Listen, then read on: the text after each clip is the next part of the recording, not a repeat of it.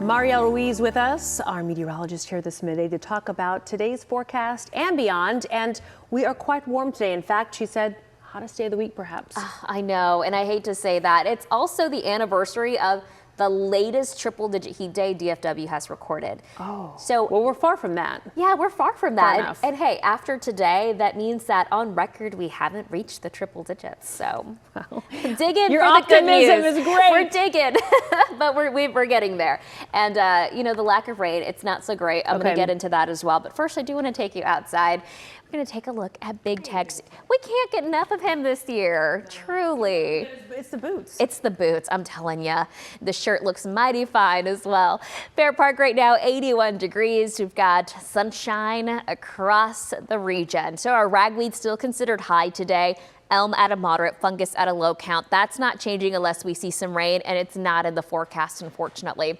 93 degrees, the high temperature today across Dallas, Fort Worth, and in Denton. Normal is 83. We are 10 degrees above that today, and we are staying well above normal the rest of the week and this weekend as well. That's exactly what this is showing. High temperature staying in the low 90s for Saturday, for Sunday, 8 to 10 degrees above what's considered normal.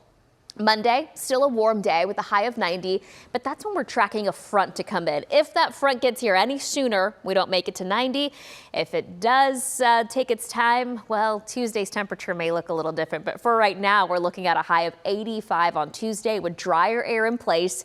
That means it'll feel more comfortable for us, more fall-like, even though technically that number, yeah, that's still above what's considered normal this time of the year. And here's why. We've got this ridge of high pressure, the heat dome that we call it over the summertime months. Well, that's back and it's pretty consistent, not allowing much change for us. But early next week, it does shift just a tad to the west. And because of that, we'll see a cold front sneak in. But until then, the storms, they stay to the north. No big changes for us either.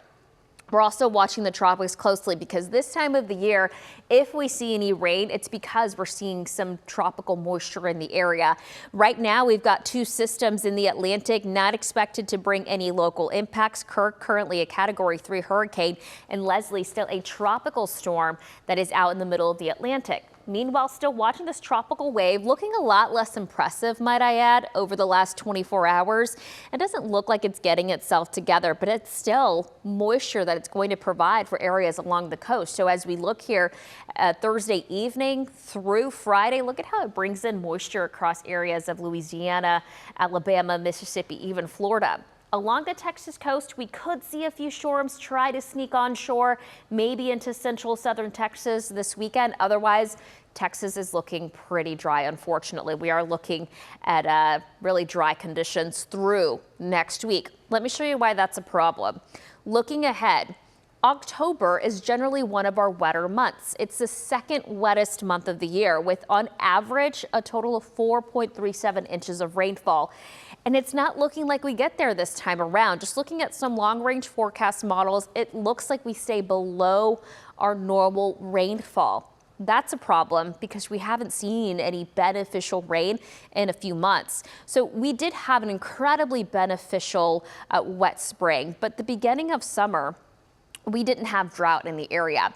Come August, come September, we're really lacking in rain. The latest drought monitor just dropped today. It takes the moderate to severe drought a bit farther towards the south, and some areas along the Red River are now under extreme drought. What this means is that we're drying out and it's happening fast. Not great considering that we are approaching fire season. So something to consider here in the next few weeks. You want to keep checking back in with us for updates on that drought monitor. Otherwise, highs in the low 90s, upper 80s, and dry the next couple of weeks. Kara.